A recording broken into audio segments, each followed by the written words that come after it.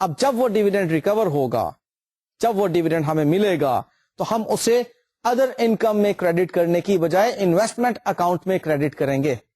تو آپ نے دیکھا کہ انویسٹمنٹ ہماری انفیکٹ تھی 2500 روپیز کی, اور ڈیویڈینڈ جو ہمیں مل رہا ہے وہ 400 میں سے 80% 320 روپیز مل رہا ہے. لہذا ہم 2500 روپیز انویسٹمنٹ میں سے جب 320 روپیز کی ڈیویڈینڈ انکم کو مائنس کرتے ہیں, تو جو ہمارے پاس 2180 روپیز کی انویسٹمنٹ آتی ہے وہ ہمارے ایسٹ میں نظر آئے گی. انفیکٹ یہ ٹریٹمنٹ ڈیورنگ دا ایئر 2008 ہو چکا ہے. ڈیورنگ دا ایئر 2008 میں ہمیں جب ڈیویڈینڈ ریسیو ہوا تو ہمارے اکاؤنٹنٹ نے, ہم اس وقت کون ہے, پیرنٹ کمپنی, ہمارے اکاؤنٹنٹ نے بینک اکاؤنٹ کو ڈیبٹ کر کے ڈیویڈینڈ انکم کو کریڈٹ نہیں کیا بلکہ انویسٹمنٹ اکاؤنٹ کو کریڈٹ کیا تھا. یہی وجہ ہے کہ انویسٹمنٹ اکاؤنٹ جو ہے 2500 سے ڈیبٹ ہے اور ساتھ 320 سے کریڈٹ ہے. اور دیکھیے اس میں آپ کو جو فائنلی کیری فارورڈ بیلنس نظر آ رہا ہے وہ 2180 روپیز نظر آ رہا ہے. یہ وہ بیلنس ہے جو کہ آپ کو 31 دسمبر 2008 کو balance sheet of parent company میں نظر آ رہا ہے as an asset. Concept clear? اور یہی وہ اماؤنٹ ہے جو کہ گڈ ول کی کیلکولیشن کے لیے استعمال کی جائے گی. اوکے لے جی, یہ ورکنگز ہو گئی. اب ہم اس کو کنسولیڈیٹڈ بیلنس شیٹ میں دیکھ لیتے ہیں. Fixed assets 4950 rupees, good will working سے ہم نے اٹھائی 315 روپیز کی, اور کرنٹ ایسٹس 3950 روپیز. اب آپ ماشاءاللہ سے اتنے ایکسپرٹ ہو چکے ہیں کہ پیرنٹ کمپنی اور سبسیڈری کمپنی کی فگرز کو آپ سمپلی ٹوٹل کر سکتے ہیں. یہ جناب ہمارے پاس ٹوٹل ایسٹس آ گئے 9215 روپیز. آئیے شیئر کیپٹل کی طرف. یہ ہمارے پاس پیرنٹ کمپنی کا 5000 روپیز یہاں پر آئے گا. ریزروز 3675 روپیز کے ہیں, اور مائنورٹی انٹرسٹ 540 روپیز کا, یہ بھی ہم نے ورکنگ سے اٹھایا, اور ایگزیکٹلی ہماری بیلنس شیٹ ٹیلی ہو گئی.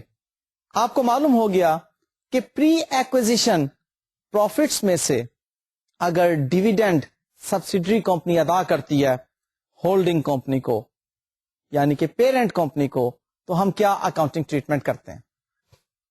اب میں آپ کو ایک اور سینیریو کی طرف لے کر جا رہا ہوں. اس میں ہم سیکھیں گے کہ اگر پیرنٹ کمپنی نے during the accounting year subsidiary company کو ایکوائر کیا ہو تو کیا اکاؤنٹنگ ٹریٹمنٹ ہوتا ہے. انفیکٹ یہاں پر جو سیکھنے کی بات ہے وہ سبسیڈری کمپنی کی ایکویٹی کا انالیسس ہے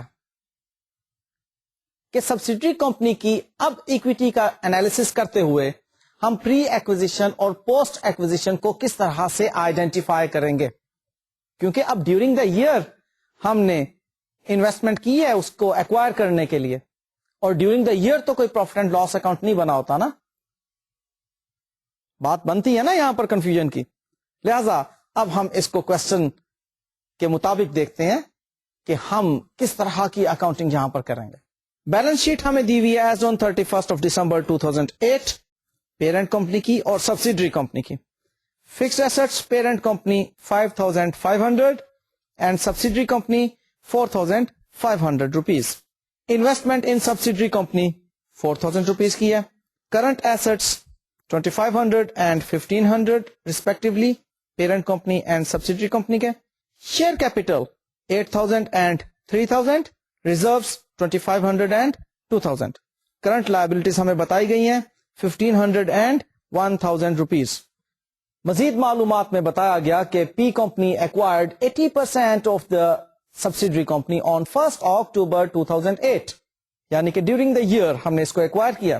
بیلنس شیٹ ہماری 31 دسمبر 2008 کی ہے. As company's reserves on 31 December 2007 were worth rupees 1200. اور اگلی بات یہ بتائی جا رہی ہے کہ ہم یہ ایزیوم کریں گے کہ ایس کمپنی نے ڈیورنگ دا ایئر 2008